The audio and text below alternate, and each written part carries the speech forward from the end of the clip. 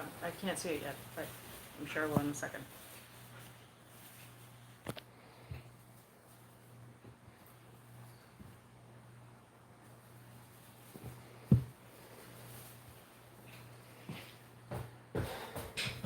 It'll take a minute. It's going though, for sure.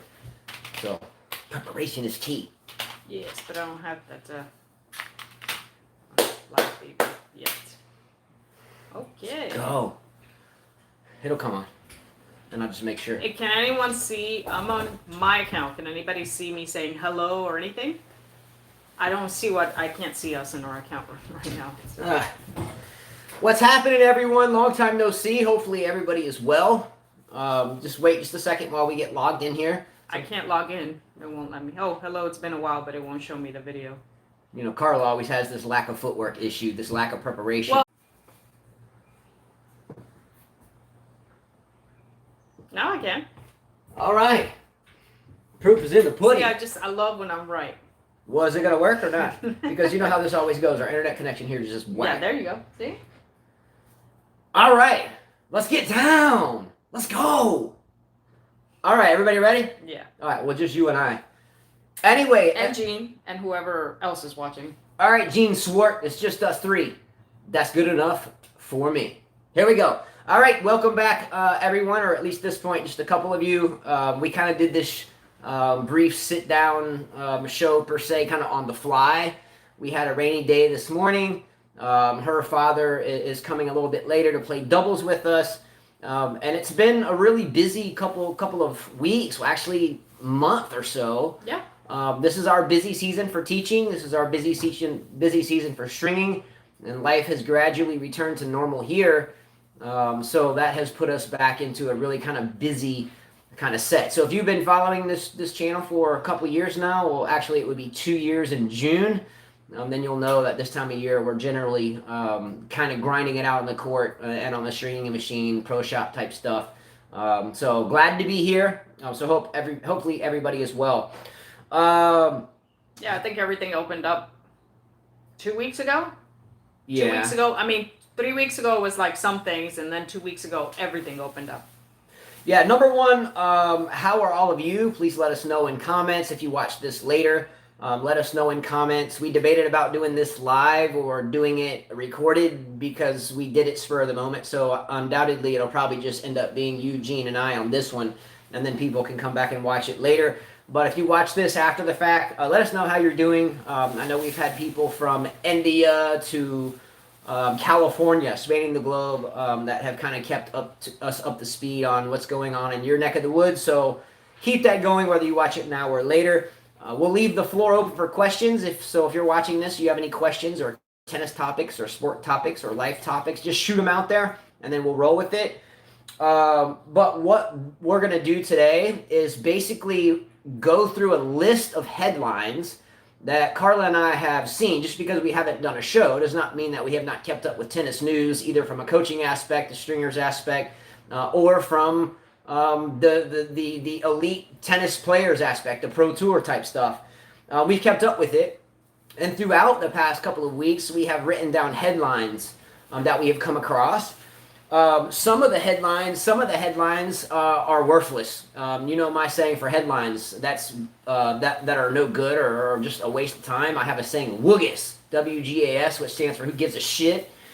So I wrote down, or Carla wrote down, a lot of topics that we have come across, or headlines that we've come across in the past couple of weeks, and we'll throw them out there. Not our topics, other high-paid journalist topics, and we'll either say WGAS or we'll talk about them.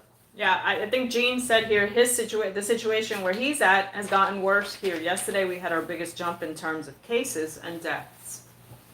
What type of numbers are you looking at there? And number two, I think that this Gene out there, and great that you're here. I think that this kind of virus or whatever is temperature coordinated. I think it may fluctuate with temperature.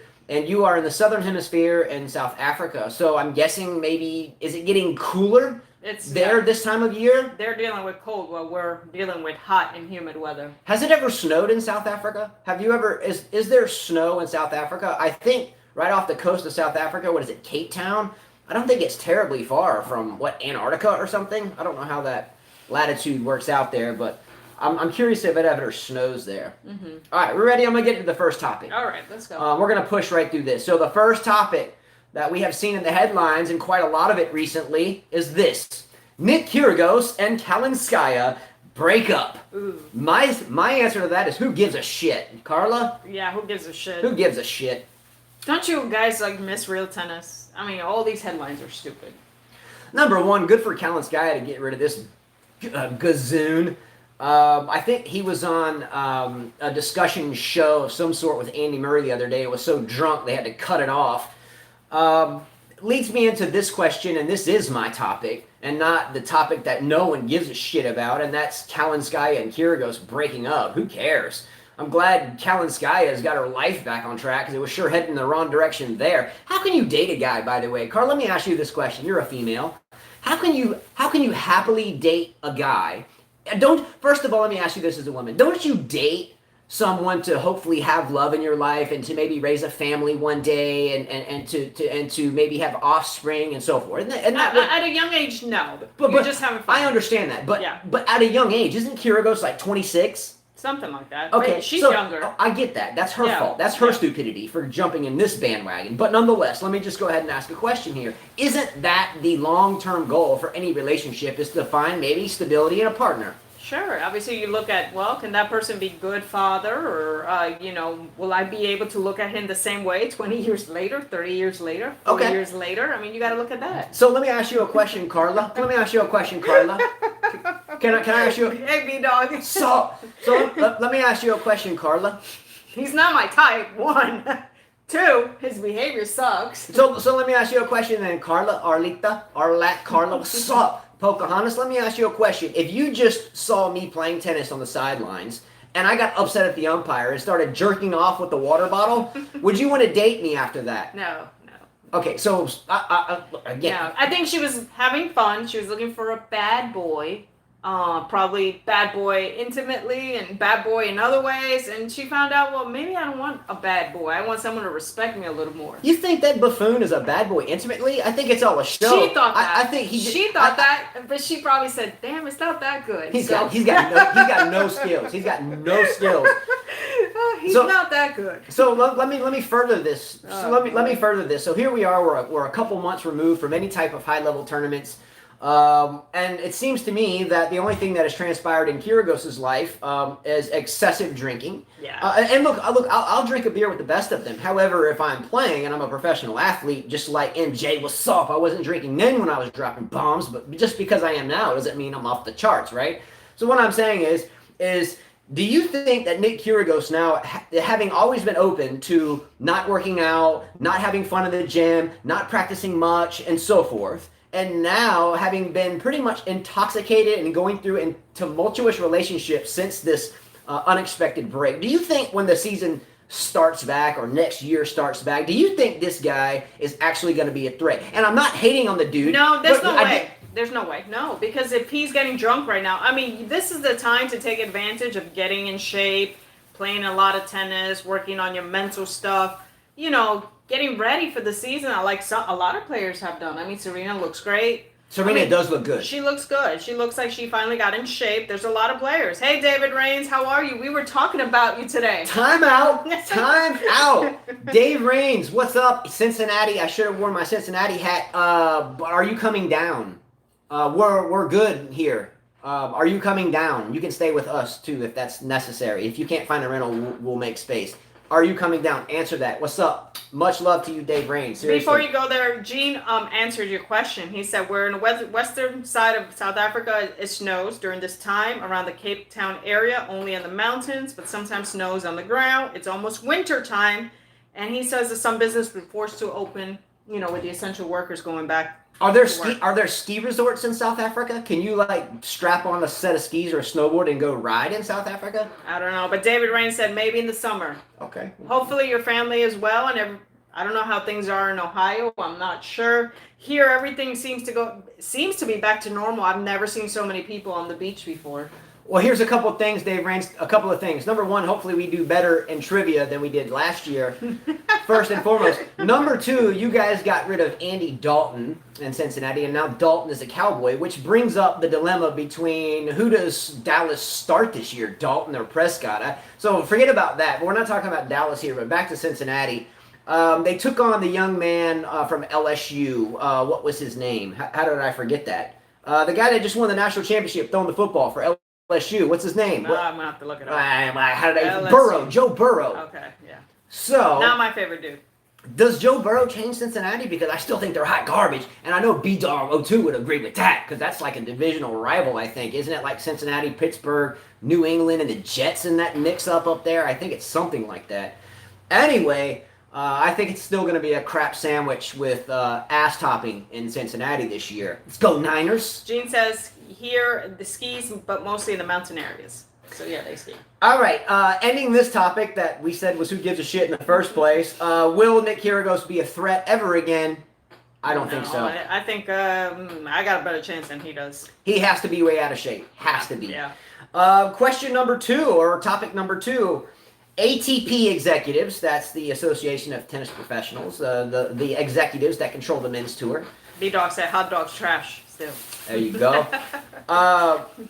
ATP executives are, as of right now, and we are halfway through 2020, and the season has been abbreviated, so let me just lay that context out. Abbreviated season, where prize money totals are right now is going to be very low because the whole year's been canceled. With that said, though, the head ATP executives, and from what little research we did, I think there's 6 or 7 of them, but all 6 or 7 of these ATP executives are all going to make more money individually and salaries than any of even the top players on the ATP tour this year leading up to this point. So let me try to make that more dumbed down so we can all understand it a little bit better.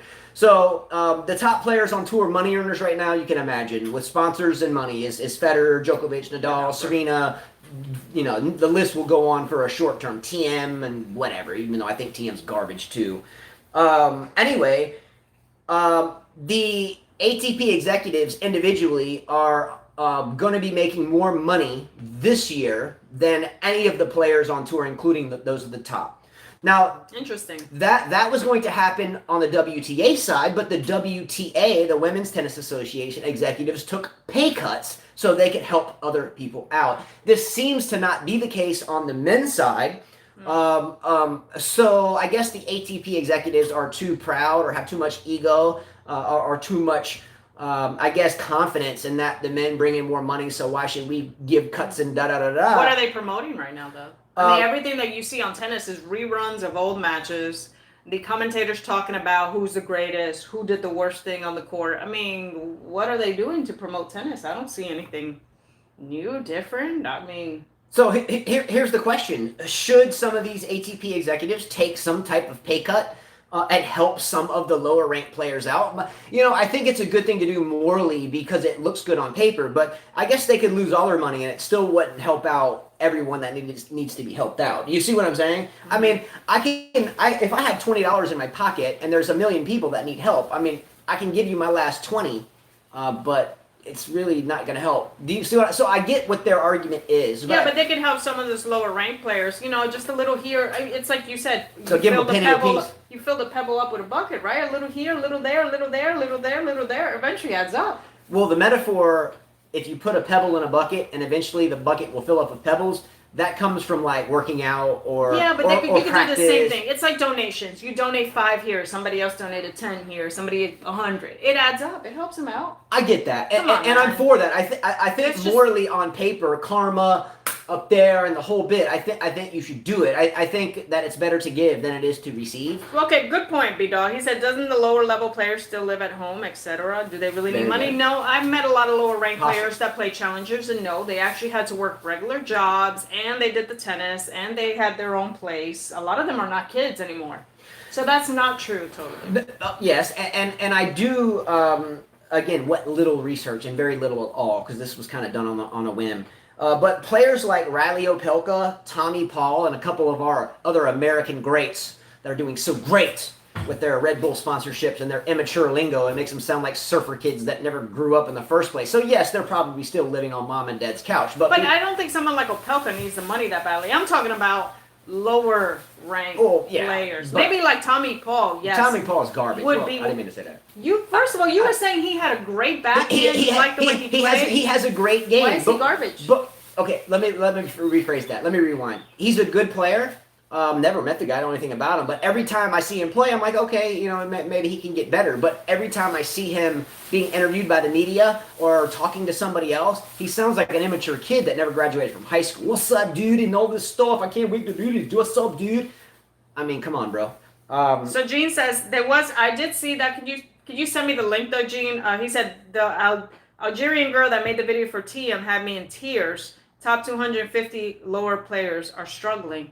Yeah, I know TM was one of those that said he didn't feel like he needed to give anything because, some of these people don't work hard. I mean, there were a lot of people that got on him. I'd be curious about this Algerian player, this female Algerian player. I didn't know. Send me the link by email. I didn't know there was, and again, she made a video, yeah. I would love to hear more about the Algerian player from, I could care less about TM in a sense, but good for this girl from Algeria that's a tennis player. I don't think Algeria has a track record of producing too many big name tennis players, right? And that's in Africa.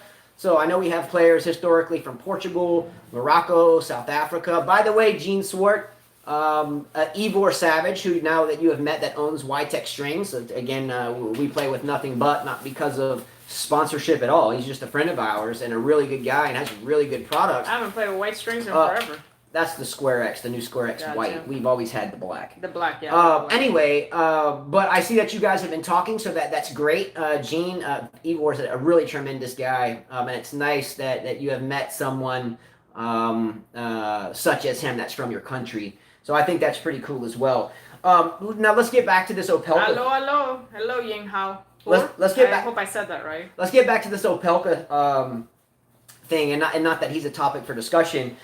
But Opelka was one of the players that was really, I guess you could say, upset that some of the ATP executives weren't taking pay cuts. But what I thought was ironic, and you have to be careful using the word ironic because some people use it in the wrong text. Ironic's kind of like, I'm a rock and roll singer and I sing a song about flying on a jet plane, but yet we all get killed in a plane crash. So you kind of have to be careful with that. But the irony here is that Riley Opelka is sitting here griping about the ATP executives needing to take a pay cut, just like the WTA people did, something along those lines. But yet, on camera, he's sipping his Red Bull. That's his sponsor. But so what I'm saying is why don't you take a sponsor pay cut and get some of your Red Bull?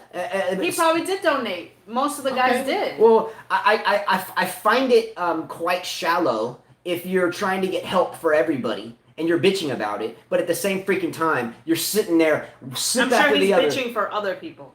But set your damn Red Bull down. It's kind of like Sloane Stephens' chocolate milk. If you're a player, no disrespect to Sloane, I love Sloane Stephens, I really do. She's a beautiful girl. Well, now she has time to do her wedding, whatever. If you are a tennis player and you're promoting health, fitness, sportsmanship, longevity, and so forth, the last damn thing I want to do is whip out a can of freaking sugar-full, heart attack making, nasty, tastes like sweet tarts in a thing, and no, I'm not eating Alligators anymore in 6th grade out the vending machine. It just tastes like hot ass that will really benefit you zero in the game of tennis, except maybe make you pass out somewhere and have a heart attack. Number 2, the chocolate milk. Chocolate milk, if I'm 120-degree heat and I'm playing a tennis match, you think I want some chocolate milk? Oh my! So it just makes no sense. You're being a hypocrite. I'm sorry. I get that that's not healthy, but you had some Monster drinks. Let's be real. I see a lot. When was the last time you saw me drink a Monster drink? When I was in the car business 10 years ago? Is that true? Yeah. So it's not good for you. That makes no metaphor. But there's things that people do that's not good for them. So the chocolate milk, I don't think she's saying drink chocolate milk at the tennis court. I gotta straighten this out right now. Number 1, I would drink a Monster drink in the 0 sugar type. Not that that's an excuse either way. When I would get up at 4:30 in the morning, come home at 8 o'clock at night, I didn't 6 say days that a you week. did it on the tennis court, but I said you've drank it. But that's what we're talking about. But do you really think he drinks it? Or do you think there's maybe something else in there? Yeah, there's something else in there. Yeah, of course there is. Okay, yeah. But you're not drinking it on camera every time you show up if you're not getting paid. Sloane Stephens drinking chocolate milk as she's exactly. Anyways, But Sloane Stephens isn't telling anybody to take pay cuts either. So B-Dog said, I see a lot of WTA females on Instagram making videos every day. They don't seem to be struggling back. Which ones? It better not be Eugenie Bouchard, because she's ugly anyway. Because the ones I see are in the top. So, of course, they're going to be on Instagram. Do you see any of the lower ranked players that you don't know? I don't think so. Is there any correlation between tennis players in history, historically, especially the females? Hey, B Savage. Is there any correlation historically, positive or negative, between female tennis players getting themselves involved and Sports Illustrated shoots cereal box covers like Mary Lou Retton, if you don't remember that from the old school Olympics, Kornikova, Sharapova, Kalinskaya now, how far do I need to go with this list? Is there any positive correlation between showing your ass on Instagram or showing your ass on cereal boxes or however it used to go down and getting better in your craft? What did Michael Jordan say the other night on The Last Dance? You guys have to watch that. I watched the whole thing on Last Dance, and I've got more respect for the man after watching that. Well, she never had respect because she didn't grow up running home every night to watch it. I watched the New York Knicks. Yeah, that was my team. Knicks are garbage. Shut up. Man. Houston, Starks, and all of Ewing, man. Ewing could have gotten it done, but he just, he was a big guy. Okay, don't say they suck. They do suck. I mean, they face Michael Jordan. Spike Lee should do something because, that's about all that's left up there. But look, Michael Jordan, numerous times throughout his career, said no to $1 million appearances. Didn't even have to say anything. Didn't have to just show up. And he was more worried get about $1 million. Yeah. He would say that it was something like this. It would be a distraction for me. I wanted to work at what I did, and my work was on the court. So I felt that if I did easier stuff off the court, that would take me out of my dedication what I was doing on the court.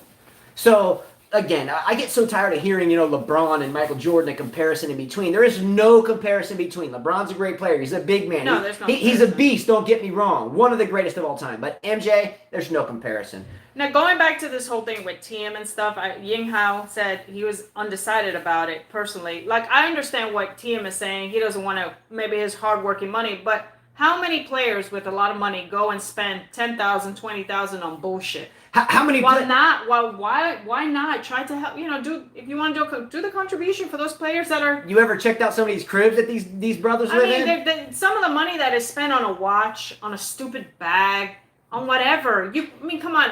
If I had that money, I would gladly donate it because I know I'm going to spend it on bullshit that I'm not going to take with me. Okay, Carla and I were watching this show. We don't do a lot of TV watching, believe me, so don't think differently of us now. But we were watching this show, and it was like the most expensivest, and it had 2 Chainz as the guy that hosts it. Respect there. I like the guy. Some of that shit is crazy. Let me tell you a couple things that rolled up on this thing. Number one was Rafael Nadal's watch. So Rafael Nadal, he's got this kind of, this plastic-looking watch. It's definitely not that. It's full with, like, diamonds and intricate dials. So the watch that he wears during a tournament is, like, $450,000.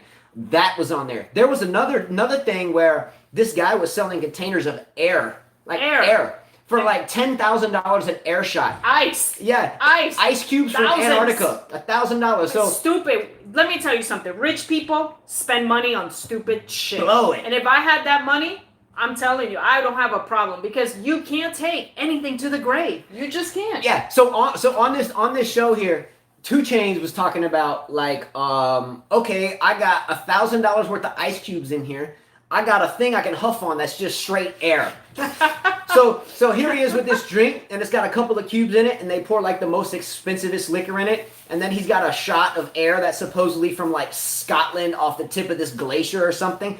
Shit probably just came from the local freaking Aquafina plant, but nonetheless, because it said air from here, ice from there, and this is a really expensive deal, he was like taking a drink, boom, it's cold, great, now it's just a quick huff and puff, and he was like 10 grand deep. It's ridiculous. Man, give that somewhere else. Man, what you think it hurts TM 10,000 and just say 1,000? If you're that fucking selfish, sorry, just put 1,000. It's just, to me, that just pisses me off. It's the greed. You got humans right now, people that are not working, that are doing terrible. They can't put food on their table. Thank God we're still working. But that's just selfishness. And these tennis players, they took those lessons. They travel. They stay in home. You can't even shell out 1,000. Man, I lost respect for you. You do look like that rat on Ninja Turtles. Blick up, it's a stick up. Blick up, and I'm busting TM if he hiccups. Oh, man. All right. Wait. Question. Blind Fury said, Can French Open happen if the USA has no flying policy and the UK has no flying? And the same with Australia. Can French Open still be played? It can't. It can't happen. It can't happen. It can't happen It's not gonna for happen. multiple reasons. Number one, the reason why tennis is going to have the most difficulty returning of any sport is because tennis doesn't have. And this is the next topic. So let's use who is that said that? Blind Fury. Blind Fury. You're in California. So here we go with this topic. So my next topic was, and this is going to be right into what Blind Fury was saying. Here recently, Carla and I, we watched a tennis tournament that involved United States homes that had tennis courts in their backyard. And this tournament was called like the Backyard UTA or UTR, and that's Universal Tennis Rating, by the way. The Backyard UTR Pro Tennis Classic. So how this came to be, and surely you didn't watch this internationally. If you did, I can't even believe you turned it on because it was absolutely ridiculous. I watched it for 2 minutes and I said no. So respectively, here's this person nice enough to share their home and their tennis court in the backyard with a couple of umpires and some film crew and so forth. And you had 4 players show up, and you had Riley Opelka, Tommy Paul, Hurkacz, the Polish player, and you had Kekmanovic, the Serbian player. Kekmanovic won the whole thing.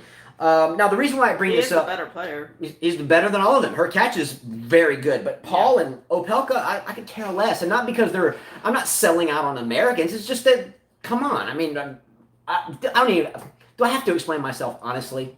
Anyway, if you're a tennis fan or player, you know that Opelka and Paul have 0 chance of being in the top 10 ever. So, anyway. So, he mentioned that will the French Open happen? The reason why the tennis community internationally is in a tough spot is because tennis is an international sport and international language. It involves people traveling. He says Opelka won the event. Yeah, he did. That's right. Yeah. I was looking at the score. You said or whatever. Kekmanovic. It doesn't matter. Kekmanovic and Hurkacz were the better players. So. Okay, the sets were the first of 4 games. They played 2 out of 3 sets the first of 4 games. Oh, whip-de-freaking do. Whatever. There's with the line judges. We turned it on, and I couldn't even get my 4-year-old to watch it, and he usually watches it relentlessly. Garbage tennis, in my opinion. Sorry. Just being real. But why is tennis in such of a tough spot? Because let's say Wimbledon happens, right? Let's just say, or he said French Open. Let's use the French Open. Hey, Michael Walker. Are all the fans at the French Open from France? Are they from that community, or do they come from afar, all over the world, right? Mm-hmm. So it's tough to fill seats in a sport in which an international population is in that stadium. Do you see what I'm saying? So even if you have tournaments like Indian Wells or Madrid or Rome or any of these tournaments, people from Italy will travel to Spain. It's travelable. But because all these different countries have these different rules and regulations because of the ongoing circumstances, it's tough to get everyone on the same song sheet. So the result of that has been a preemptive strike by those in the U.S. That are involved with the UTR and so forth to put on a hocus-pocus tournament such as this Backyard UTR Classic. I mean, I think it's great. It puts something on TV to let people lap up like dogs in their water bowl. But nonetheless, it was really a shit product. I hate to knock on that. It's great to have sports again, but it was a shit product. Do you agree or disagree? I mean, I think that they were trying to put whatever tennis they could on. You know, I mean, they're trying to keep tennis alive. 4 games, my God. 4 games is tough to come back from 4 games. So I don't even get warmed up till 4 games into the first tough. set. That's just tough.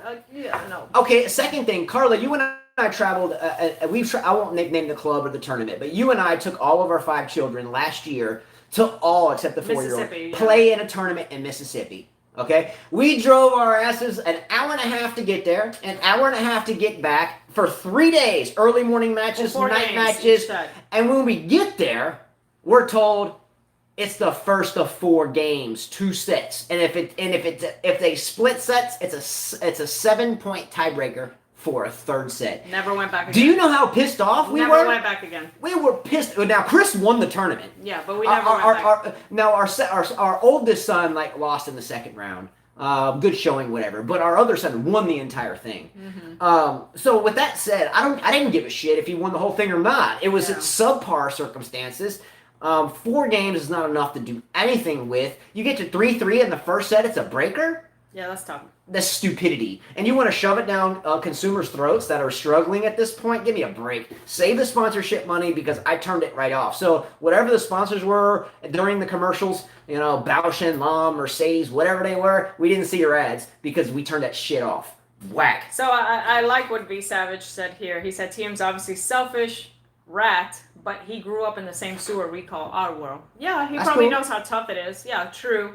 I see a lot of viewers are talking about Novak unbeaten this year. Yeah, probably unbeaten this year, but guess what? There's an asterisk next to that. Now on top of that, for Novak, this sucks because he could have racked slams and it stopped him. It stopped him, and who knows what can happen next year. It could be different for him. Now, real quick, we were touching on this tournament, this UTR Pro Classic or whatever. Let me tell you my personal opinion on the UTR. This is the Universal Tennis Rating or whatever. Again, I'm 42, Carlos 40. We've been around this game since we were born into it. Both of our fathers have played their entire lives. My father's 82. Your dad's, 63 now? Mm-hmm. Both coaches and players at high levels. The UTR, to me, has done nothing more than create an ACT. And if you don't know what an ACT is or an SAT, it's the class that high school graduates take to get into colleges, right? It's the same type thing. So have you ever heard of test-taking anxiety? Have you ever heard of anything like that? Someone studies their ass off, they make straight A's all semester in college, and they sit down in front of a final exam and they freak out and they fail it. Not because they don't know it, it's because they're shaking so bad they don't want to fail the test, right? I mean, it's psychology 101. I have a degree in that. It's very prevalent in society, no matter what it is. Test-taking anxiety on all levels, whether it's school, whether it's fitness, whether it's on a tennis court with people watching, whatever, right? Test-taking makes nerves occur. So here this UTR rating comes up. We know in the past 42 years that I've been alive, we've seen public courts go from beautiful, abundant tennis nets and fences everywhere to now nets falling off, fences caved in, ivy growing up the damn fences, no one around, birds chirping right on the center of the court. Now, that's not a bad thing. I'm just saying the courts are in disrepair. Does that sound familiar, Carla? Mm-hmm. So here we go. Now we don't have enough facilities to practice at. Now I'm speaking from the United States perspective, which absolutely has a correlation between the shit level of tennis that comes out of this country, at least on the men's side these days. So this UTR thing has now become a way to weed out people. So college coaches, pro coaches, they can just deal with the strong of the strong and not have to deal with the weak of the weak. They recruit on a UTR basis. On numbers. So like you could be a really good player. Let's say you just didn't do good at tournaments. You're screwed. You had a bad year and your UTR just keeps dropping and dropping. You're screwed. Once you drop it, it's hard to get up. You're done. Like my son's going to the Air Force Academy, and I heard the coach's interview. He said that a 10, you must have a 10 at least. A 10. For them to look at you, for the guys. Girls is lower, is 8, which is good for the girls. Yeah, now, luckily for Jonathan, he has incredible academics and led his entire ROTC battalion throughout high school, or at least his senior year, and he's in for an academic standpoint, so we don't have to worry about that. But they do accept walk-ins. Yeah. Walk-ons. So he's good. So we get that. This isn't about him. Wait. David Rain says, courts are all locked up in Cincinnati. I haven't been in the courts in 3 months. Wow. Well, we'll have to take it slow when you come here. Go easy. Mm-hmm. So what I'm getting at here is the Universal Tennis Rating is synonymous with an ACT or an ACT, whereas colleges, and I'll make this metaphor with colleges won't accept certain applicants if their ACT score, say, below a 25 or a 27 or whatever the college is, respectively. Well, this is becoming the same thing with tennis. So if your UTR isn't, a 10, then you need not apply because you're not good enough for us here. Get lost. That's basically what the premise is. However, why is it a problem? We have a couple of students, I won't name names, won't even name gender. But these young men and women work really hard, and they practice well, practice match well. We try to practice match with them. Some don't take too well to wins and losses in practice matches. Another story for another day. Some take very well to it, whether they lose, because they want to fight harder coming back. Some just pout and quit. But the UTR is synonymous with these types of attitudes. So here you are, let's have John Doe or Mary Jane A. You send them to a tennis tournament, you've trained for 3 months, you've trained hard, they go there, you know what, they don't feel that well that day, maybe they didn't sleep well the night before, maybe they got an argument with mom or dad or their sister, brother, or their boyfriend, or whatever the heck they have going on. And then they lose in the first round to a subpar player that they would have beaten 364 other days out of the 365. Now this poor player is like, let's say I go to school and I have 100 average in my class. I go to the final and I make a 50 on the exam. That's 50% of your grade. So I just went from a straight A student to a C on my report card or my transcript because of one jacked off test. It's the same premise here. So the UTR has become a way of weeding out the strong from the weak. Now I get why it's there. However, let me repeat this to any of the kids that we teach that are watching this now or watching it later. This is why I'm in your face all the time and not giving you room for any excuses about your level of play on or off the practice court. Because if you screw up, you're going to pay the price for it. And then I get yelled at, like, why are you so mean? Why are you yelling at us all the time? Because I'm the only one that's doing it. Get it done, work hard, because if you screw this up, your future, at least in this game, is becoming more and more bleak. Am I right or wrong? No, you're right. Anyway. I have a few questions. I'm going back to it. Trying to find your question, Gene, about the rackets. Okay, so he hates serve. Okay. What are you guys' opinion of the racket tap going to replace the handshake? It's what they got to do. I've been doing that with my students. It's what they got to do. Yeah, it's what do I think about it in all honesty? Because I'm in that honest mood because I could just care less. I think it sucks. However, as tennis coaches and players, if you want to continue doing your craft and what you have passion for and what you love and you consider it your livelihood, you got to follow the rules. You have to follow the rules. Like Nadal told Djokovic, hey boy, you got to take the shot because if you want to play here, those are the rules. Nadal called Djokovic a boy? I'm telling him that. Holy shit. I'm telling him that. I would have been like, bro, we're finna have that exhibition boxing match. In other words, he's telling him you're nothing special. They're telling you gotta do it. Shit. Be like, call me boy. Be like, well, I'm on. Let's go. B-Dog says that he said Djokovic is gonna win Australian Open 2021 and force Federer into retirement. See, yeah, B-Dog would get it. I have a feeling. B-Dog would get it. B-Dog, what you gonna do if someone calls you boy? You're gonna be pissed. I know, I'd be mad. I'd be like, boy? I have a feeling that next year. My mom don't even call me boy. I have a feeling. Shoot me right out there like nothing. You can tell I'm from New York. Shoot, you call someone boy up there, you get jacked off? Yeah, true. Shoot.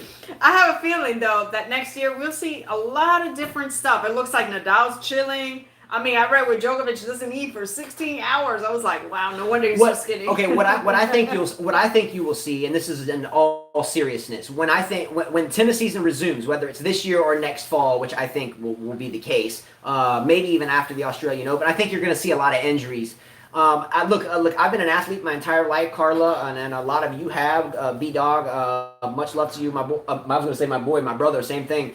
But the thing here is when athletes take time off, certain little muscle fibers begin to get a little out of shape. So maybe my chest is good. Maybe my biceps are strong. Maybe my wrist is good. But maybe the little ligaments that connect my quads to my ACL, that connect to my calf muscle, maybe they're a little bit out of tune because of my lack of movement. And what happens is we get into that one point that we haven't been into in a long time and someone gets hurt. So that's my worry, is that we get back on tour and the aging Federer, Father Time himself, might blow his knee out. Maybe Murray tries to come back and hurts his hip again. Maybe Nadal comes out and maybe his arm finally gives out. Yeah, you don't know. You have to be careful with taking time off and jumping right back into the highest levels.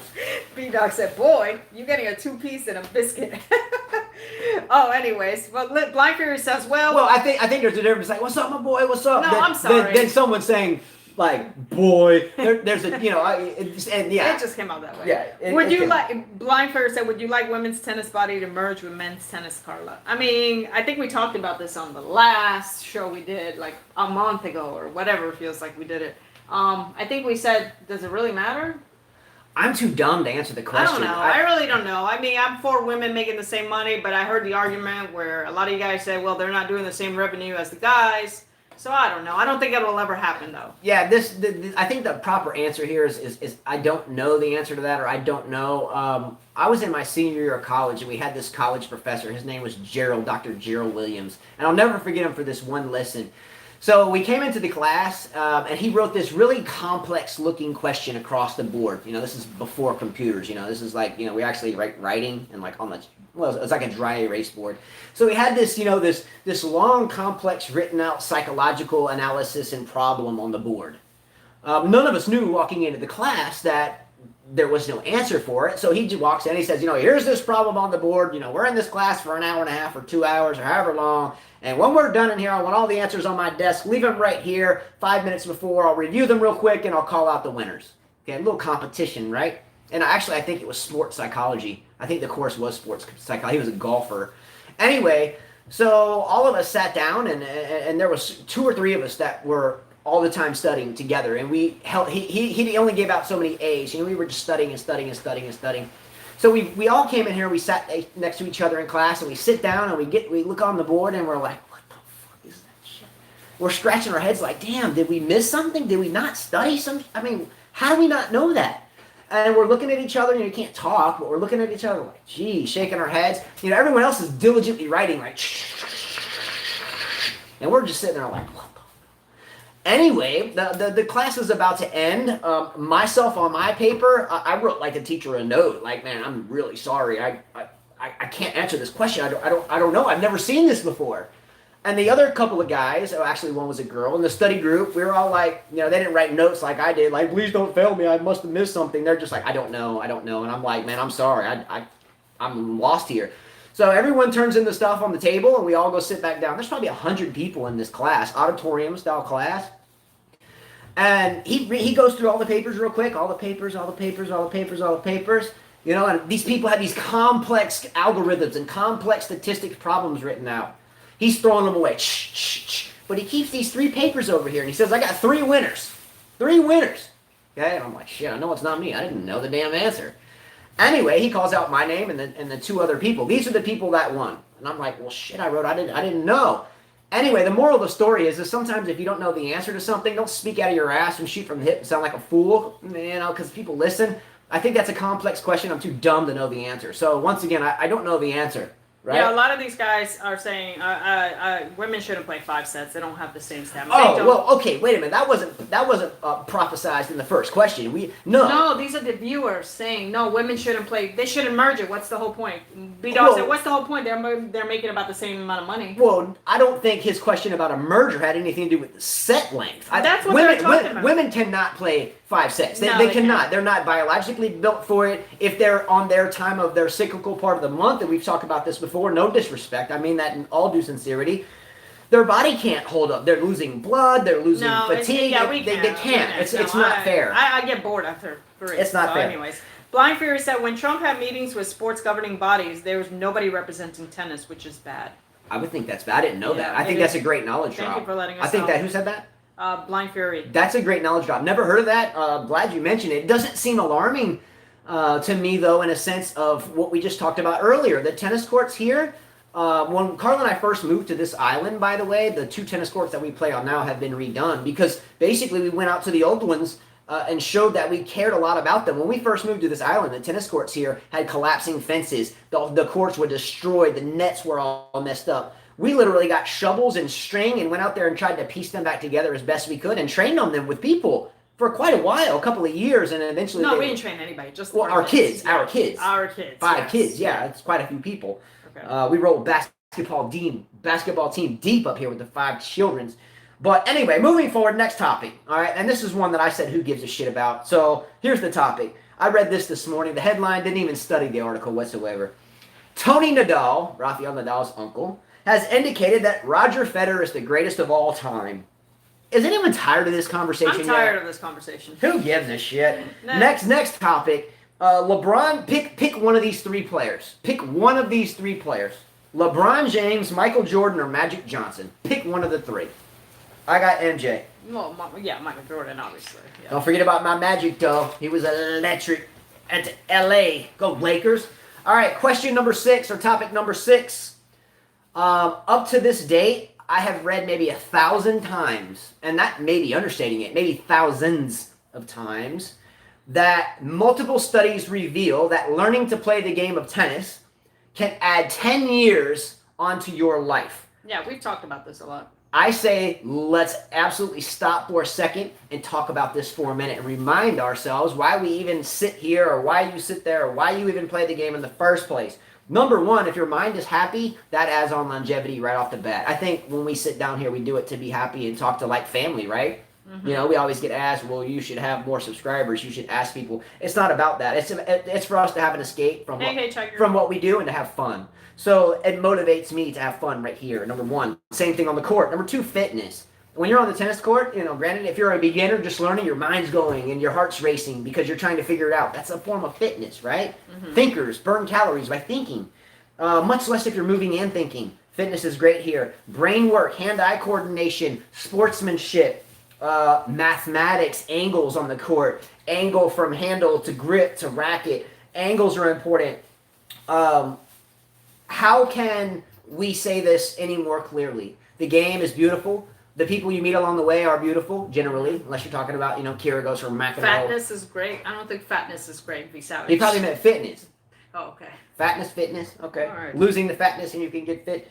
Anyway, but I think we can all pause here and say one way or the other that whether or not you just watch the game or you play the game, that it is adding something to your life, whether it's happiness, whether it's fitness, whether it's friendships, whether it's creating a group or family.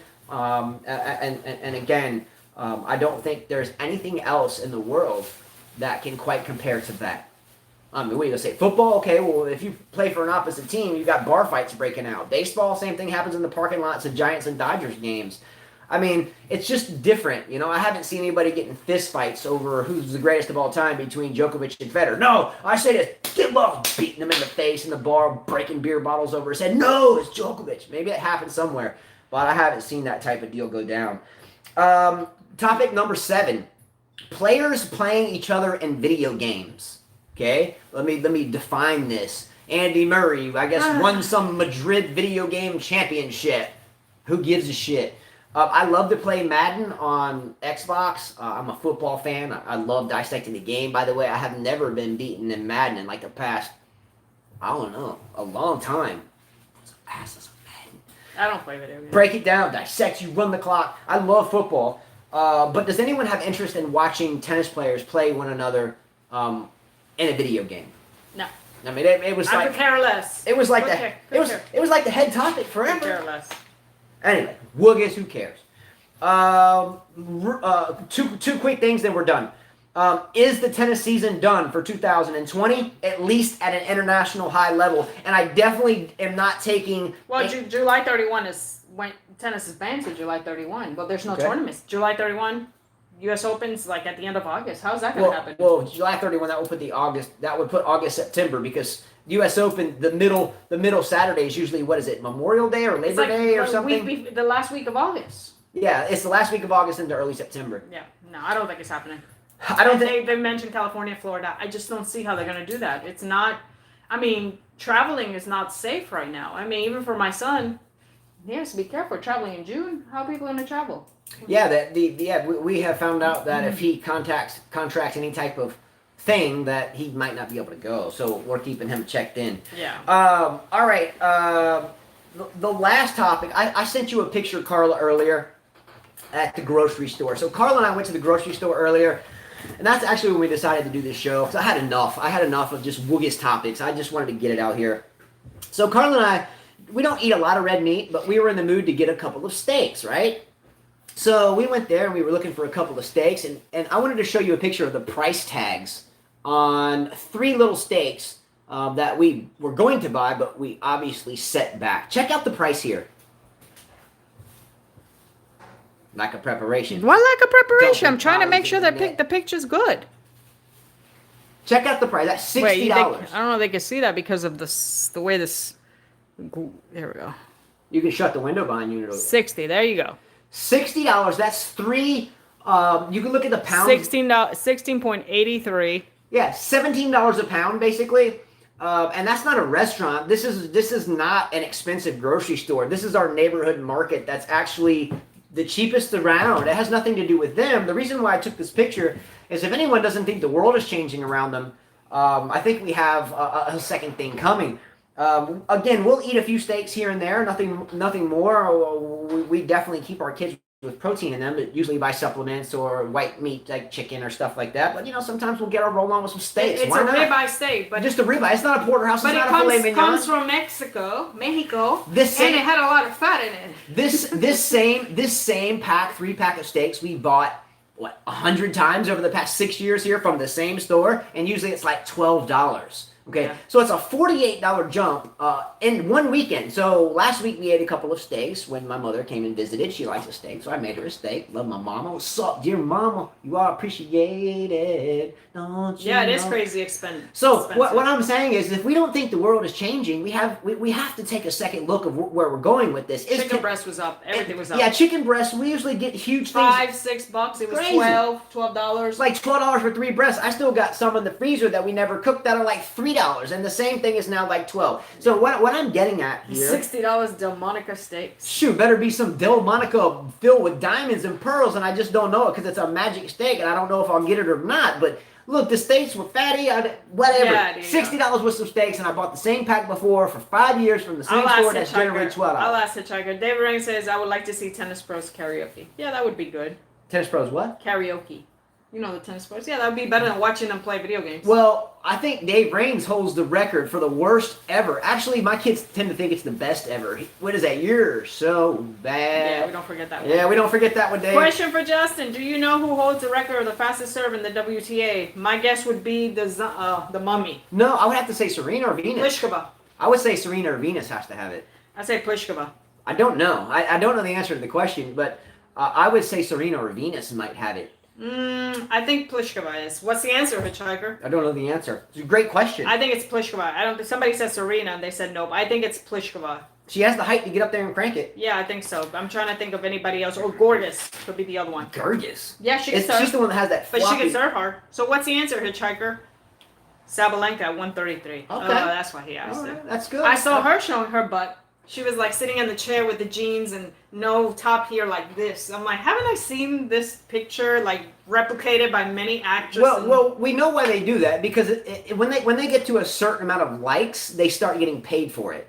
True. So of course, like Uni Bouchard, right? Uni Bouchard on Instagram. 100 On Instagram, she put an auction to go out with her. For $85,000 for the idiot that wants to go on a date with her. well, I think it was charity related, but either way, doesn't that just make you like an escort? I mean, $85,000 I get it. I get for it. the as- idiot. I get it as for charity, but You doesn't, know what? You know what that idiot should have done? So it's donated the $85,000 So to where the are the lower charities? rank to the lower ranked players that need it. Yeah. Dumbass. So here we are. What's the difference between Eugenie Bouchard selling herself in a way? I'm sure it's respectable, but just saying. Yeah, that's a good point. I didn't think about that. So Eugenie Bouchard auctioned off a date with somebody for charity. $85,000. Well, why wouldn't dude just not? Anyway, what you said. I have to be careful with my words here. So anyway. What do you think you're gonna get out of the date from her? I wonder. That's gonna cost you about $1 million. I wonder what the dude looks like that actually bought her. I mean, because if it were me and I didn't know Carla, because I think you're Latin and hot as, you know what? You like, Alright, anyways. she like smoking like Joe Frazier over here. Anyways. But I'm just saying, if I was single, how would I feel about myself if I was trying to buy a girl? I'd feel like a schmuck. I'm like, what do you think you're going to do? Just go ride out with her and give her a big kiss or Oh, something? let's eat a piece of steak. What do you do? She's going to be like all the people. And he's got to taking probably care- pay for the dinner too, so she might as well pick like a real expensive. You got no place. game. If you got to buy your game, you got no game. Game less. You're batting 0. Shoot. Grow some game. Don't buy Eugenie Bouchard. At least buy someone. I some don't She's like been her. selling her ass forever. Who, Alenia, who Sabalenka? Yeah, I don't like her at all. Never liked her. All right, guys. Much love to all of you. Yeah, it's like 1:53. Our kids have to eat lunch. Yeah, lunch. I know we got doubles upcoming, but Yeah. that's all right. I can't play, by the way. I had a minor setback with the knee. So if you watched my videos when I Yeah, ruptured it's my 2 weeks. He has to take a break. Yeah, so I got 2 weeks back off of the knee, so I was cleared to go wide open again, and I went like extra wide open, like running and squatting and working out and and all of a sudden I came up limping, and I talked to my orthopedic this morning. He was like, "Dude, you gotta slow down." I man." saw Michael Walker. She's back in shape, and I'm happy that Serena is back in shape because she really needs to pass Margaret Court. She has to. She looks wonderful. Yeah, I think that's my #1 goal for tennis moving forward. She looks wonderful. I think Serena has got to finally get done with this. She's in shape. Yeah, she's got to push through Let's it. go. Just get it, win Venus it, is and then working out, retire. Gene, but I still don't think it's going to help her. Yeah. She's not a powerhouse, not as she used to be, like Serena still is. So do us a favor, to be honest, the truth will set you free. The reason why we haven't done a show in a while, we've been busy, but number 2, we just haven't really come together with something to talk about where we put a lot of time into it and really it doesn't really go anywhere, if that makes any sense. But in comments below, let's start talking about some fuel for the next one, and when we can put together some. Yeah, You know, she's back. I think she's back, Francesca. yeah, give us some fuel for the next one in comments, and we'll do another show hopefully soon. Hopefully this was good. I enjoyed it. All right, guys. Adios. Adios. Take care. Much love. Vamos. Let's go. Dig deep. Work hard. Stay positive. That's it. Peace out.